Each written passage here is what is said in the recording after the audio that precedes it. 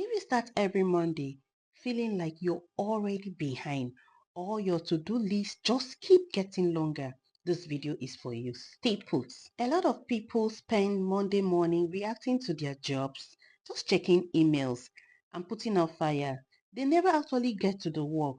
Do you know that it is on Tuesday that the total clarity will now start coming? Like, seriously, I didn't do this, I didn't do that, I'm supposed to do this. I'm going to be showing you 5 steps I use throughout the week to stop stress, to stress myself, to stop being overworked out, but stay focused and execute the most important tasks without being burning out. Stay with me. So welcome to my channel. In case you're seeing me for the first time, this is Ndifeke Query TV. Here we do lifestyle tips, self-care inspiration, and a sprinkle of laughter. We keep you entertained. Just feel relaxed anytime you come to this channel. Okay, please kindly subscribe. If you have not done that, please subscribe and watch my videos. Please give me a thumbs up and put a comment in my videos, and please kindly turn up your bell so whenever I post my videos, please, you can watch them, you can get the alert immediately and also do justice to it. So let's dive into the activity in this video. Here are the 5-step system to help you work and execute your daily and weekly plan. Just remember that without a plan, you'll just be going round the circle. You might not meet up your exact thing that you want to do for the whole week, truly for the whole month, and even for the whole year. That is why it is actually good enough to have a broad plan. When you have a broad plan, it could be for the whole year, but you have to streamline it. You have to make it in a minimal way that you should be able to achieve these things. It's actually not something that you just write and just dump it over there. It is something that you should write and you should be able to work with it and have results. The number 1 step is set clear, measurable weekly goals. Now, what you need to do is just start with by defining 2 to 3 high priorities. Outcome-based goal you want to achieve. Start with your priorities.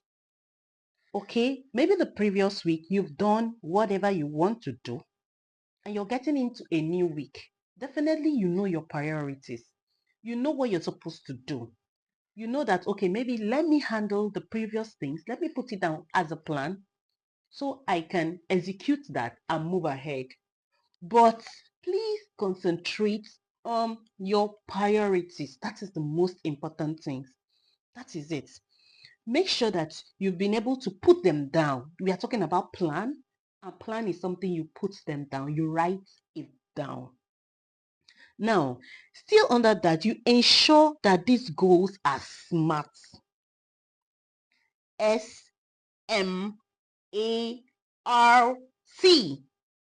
SMART. What do we mean by SMART? Let's break it down. For the SMART, your S is specific. Please be specific with any plan you have. If you want to do A, be specific and put up the A, write it down there. I want to do A at this timing. If you want to do B, be specific, write it out and try to do it. Now, the next one is M. We are still explaining our SMART. M is measurable. This is when you will sit back and try to quantify your plan. You have to be specific with the numbers and the outcome. Okay, for example, you're into customer care. Okay, like how did I satisfy my customer satisfaction? So in this time, you have to do it with rate. Let's say you're putting a rate of 5%. So how did I satisfy them? How was it? So you try to say, did I do up to 4? Will they satisfy up to 4? Will they satisfy up to 3? So from there, you'll be able to know, am I actually doing well? So this is something that whether in your plan, you have to put this factor it into it. So you'll be able to know that, have I done this right? With this measurable, you'll be able to monitor the progress to see if you're on the right track. Yes. And it also will help you to boost your accountability. All right, so let's go to the next one. The next one is A, achievable. So that's your plan must be something that you can achieve. Yes, it is something that you can achieve. So whatever you're doing, whatever you're putting down, make sure it's something you can achieve. So let's go ahead. R is relevant. Is it relevant? What I'm writing down, is there any need for it? Is it in line with me? Is it in line with what I want to do for the week? So it has to be relevant. And it has to be time bound. That is your T. Whatever you're putting down, please specify time to it. If it is 30 minutes you're doing for this, please specify it. If it is 5 minutes, specify it. This will help you to execute your plan easily. So let's go to number 2 tip, which is prioritize tasks according to urgency. So you should have your do, your plan, your delegate, and your eliminate. So your do is something you execute immediately. Your plan is something you schedule time to focus on that particular task. Then if you delegate, if you know that you cannot do it, and it's actually not something that is so urgent, you can give it to someone else to do it. While you yourself, you focus on something else. Then if it's something that is actually not so important, something that you can come back to meet, you eliminate. What I mean by eliminate doesn't mean you shouldn't do it. What I'm saying is you can drop it or you can save it for another time when you have a lot of time for it. You can just postpone it and keep it, not as if it's out of your database. No.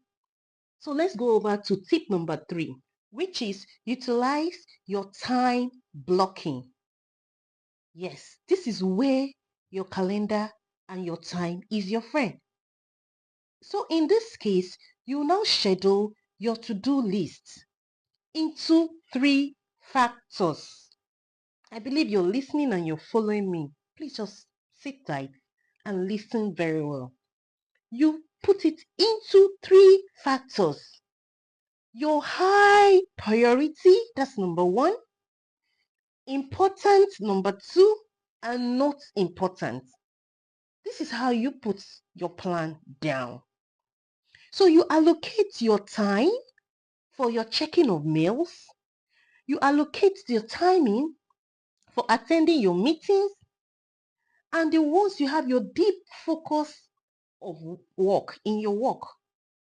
Okay, so this is how you prioritize these things. This is how you arrange them for you to be able to meet up with the plan. If not so, it's going to be choking and you end up seeing yourself not meeting up at all with the plan. Tip number 4 says build flexible time. If you notice it, right from when we started, we've been talking about time. You really cannot have a good plan without time. Remember, time waits for no one. So you have to factor everything you are doing with your timing. This is when you will be able to meet up with everything. Remember, an unexpected event, interruptions, and new urgent tasks are inevitable. These are things that can come in anytime. So you have to build a flexible time. Why? Fine. You've put everything in order. You've written everything down. You've put your timing. You need to be flexible because these things, unforeseen circumstances, can come in. So you have to give it a gap so these things can fit in. So you have to leave some slots for this your daily schedule. Example, you can have 30 minutes to an hour spacing before or the ending of that day.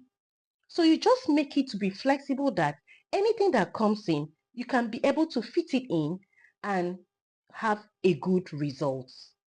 All right, let's go to tip number 5, which is actually our last tip. You conduct a regular review and adjustment.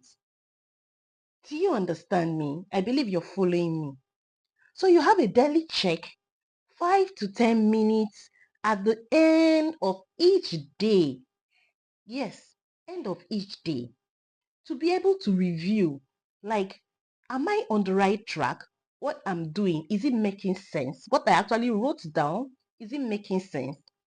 So you now check what you have achieved and what is not done, that you know that you can carry over for the next week. Remember, we are talking about your weekly plan.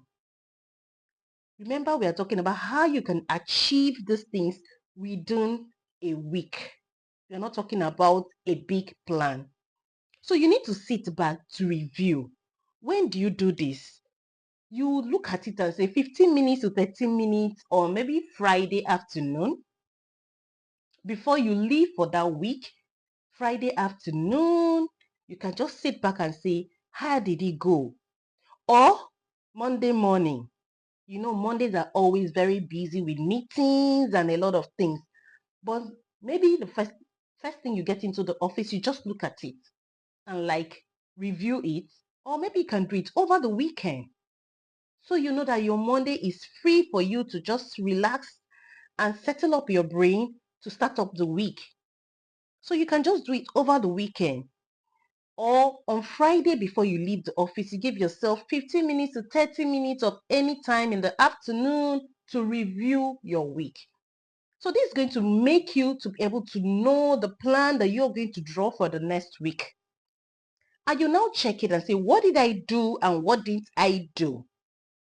So you will now be able to factor it, to carry it over to the next week. And you start up your plan. You put up another plan for the week. Really, this is what I do that has really helped me. That has really made me not to be worn out each week. Remember, I told you, you will have your yearly plan. You can have your monthly plan, but you really need to streamline it to your weekly plan. Fit them in every week. We have 4 weeks in a month. Sometimes we have 5 weeks in a month. So you just fix them in there. Just make it measurable, make it smart. As I've explained the smart, just sit back, watch this video over and over again. And you know that every week of yours, you never go fatigue. You will never be out of strength because you have everything there. You have given time into for unforeseen circumstances. Anything that comes in, you factor your timing in there. What a sweet plan. What a sweet plan. That is the smart I'm trying to show you over there. Is what I've just explained. I'm just trying to show you written there. That is what I'm trying to explain. And I know and I believe you will understand. And I know you're going to start doing your planning weekly and not stressing yourself out. Yes, I don't want you to stress yourself out. You know you're my love. You know you're my friend. I don't want you to stress yourself out. This is what I do personally. That is why I actually said I should bring it up to you. I believe you actually had fun watching this video. Thank you so much. I will always appreciate you for always watching my videos. Please kindly subscribe. Please like and comment and also share my videos. Thank you so much. And don't forget to turn on the bell button so you can have a notification of my video whenever it comes up. Thank you so much, and please stay tuned for my next video. I'm still eager to still show you more, but I have to go. I don't want the video to be so long. I don't want it to be so long. So see you and stay tuned. Yeah, stay tuned for my next video, which is coming up very soon or immediately. You can go ahead to watch my previous videos. There are a lot and a lot of things to learn there, a lot of interesting things. This is actually a lifestyle. This is what I do. My previous videos, my videos down there, they're actually me. You can see me, the natural me, in there in that video. I come out real. I come out genuine. That is me. So that is the lifestyle that I live. I try also to take care of myself. When you have this plan, you will be able to take care of yourself. When you have this plan in place, you will be able to stay healthy because you will not work yourself out. You will not work yourself out because you are working according to plan. You're working according to plan and schedule. Thank you so much. And always know that I love you. I cherish you. Thank you for always watching my video. Thank you.